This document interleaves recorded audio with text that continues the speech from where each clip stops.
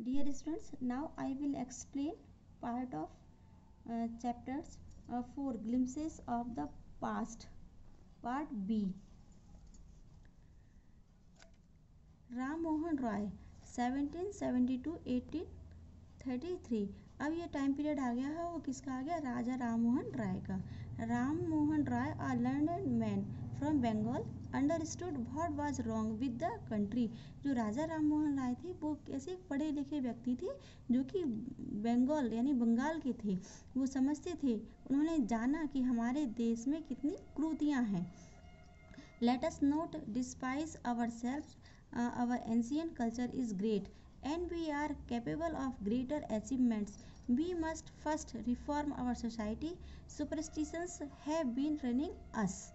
उन्हें पता था कि हमारा जो देश है, हमारा देश का कल्चर है वो एंशियंट है, बहुत पुराना है और यहाँ के लोग जो हैं बहुत ही महान हैं। और यहाँ हम सभी लोग ये जो यहाँ की जो संस्कृतियाँ हैं और जो अपॉर्चुनिटी हैं हम उनको अचीव कर सकते हैं, हम सभी लोग सक्षम हैं। लेकिन इस हिंदुस्तान में क्या है, कुछ अंधविश्वास फैला हुआ है जो कि ये लोग इस अंधविश्वास में से ग्रसित हैं और उनको वो उससे बाहर नहीं निकल पा रहे हैं।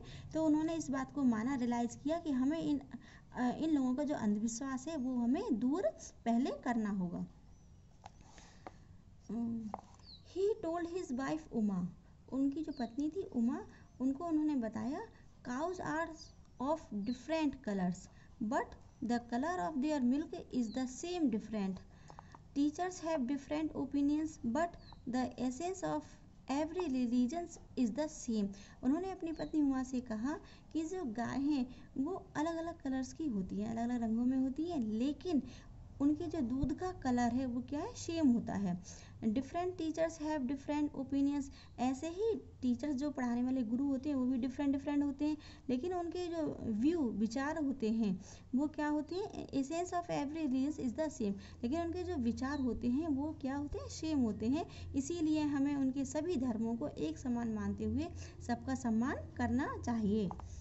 He was attract by science and modern knowledge, वो मॉडर्न नॉलेज यानी कि मॉडर्न सभ्यता और साइंस से अट्रैक्ट पर्सन थे। Knowledge should be practical and scientific, वो उनका मानना था कि जो हमारा ज्ञान है वो कैसा होना चाहिए, एक तो साइंटिफिक होना चाहिए और प्रैक्टिकल होना चाहिए। He started newspaper, but the suspicious British stopped them in 1823.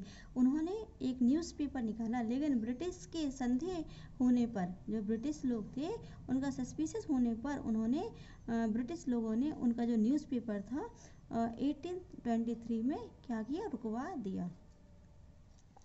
He crossed the seas and went to England to see what made the British powerful. There he told them, वैसे तो कहा गया था कि जो समुद्र पार करेगा तो वो धर्म को के विरुद्ध होगा, धर्म को खो देगा, लेकिन उन्होंने समुद्र को पार किया और वहाँ लोगों को बताया कि वो जो ब्रिटिश लोग हैं वो किस तरह से हम उनके सब्जेक्ट हैं, हम उनकी प्रजा हैं और उन्हें हमारी बात को माननी होगी। We accept you as rulers and you must accept us as subjects. उन्होंने को बताया कि आप हम ये मानने को तैयार हैं कि आप मेरे शासक हैं, लेकिन आपको भी ये समझना चाहिए कि हम तुम्हारे सब्जेक्ट यानी हम तुम्हारी क्या है, प्रजा हैं। But you must remember the responsibility a ruler owes to he subjects की, जब हम आपको ये याद होना चाहिए कि जब हम तुम्हारी प्रजा हैं तो हम प्रजा का किस तरह से ध्यान दिया जाता है, इन सब बातों का भी आपको ध्यान देना होगा कि आपका कर्तव्य बनता है कि एक राजा अपनी प्रजा का किस तरह से ध्यान दे। ऑपरेशंस 1765-1835, ये वो समय है 1765 से लेकर 1835 तक का, जब ब्रिटिश एक रूल लेकर आए, एक्ट 3 लेकर आए, जिसके अकॉर्डिंग उन्होंने क्या किया, लोगों को जेल में डालना शुरू कर दिया था। But the British continue to oppresses Indians. In 1818 they had passed regulation 3rd. Under it an Indian could be jailed without trial in a court. इस एक्ट के 3rd एक्ट लेकर आए, तो इस एक्ट के अनुसार क्या था कि किसी भी इंडियंस को बिना कोर्ट की परमिशन के द्वारा उनको जेल में भेजा जा रहा था। All the time British officers in India drew big salaries and also made fortunes in private business। और इस समय क्या हो रहा था कि जो ब्रिटिश के अधिकारी थे, ऑफिसर्स थे, उनको बहुत अधिक सैलरी देकर उनको बहुत अधिक धनवान किया जा रहा था।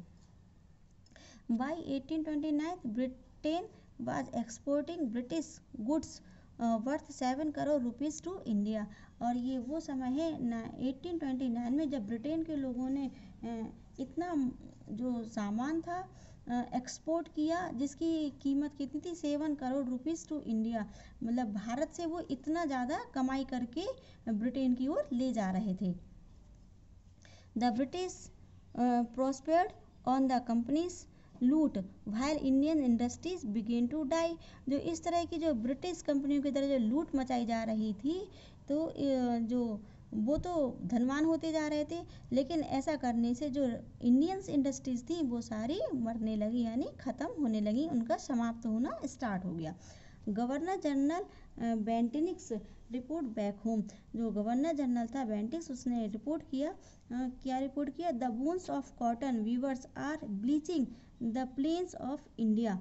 जो वहाँ इंडियन के जो व्यूवर्स हैं वो क्या हो रहे हैं, जो एक हड्डी के समान दुबले पतले हो गए हैं और वो कॉटन की खेती कर रहे हैं, कपास की खेती कर रहे हैं, जो कि सस्ते दामों में क्या हो रहा है, वो ब्रिटेन को बेची जा रही हैं। और ब्रिटेन से उस कपास के द्वारा एक कपड़ा बनकर फिर वो ऊंचे कीमत में आकर फिर इंडिया में फिर से दोबारा बेचा जा रहा है।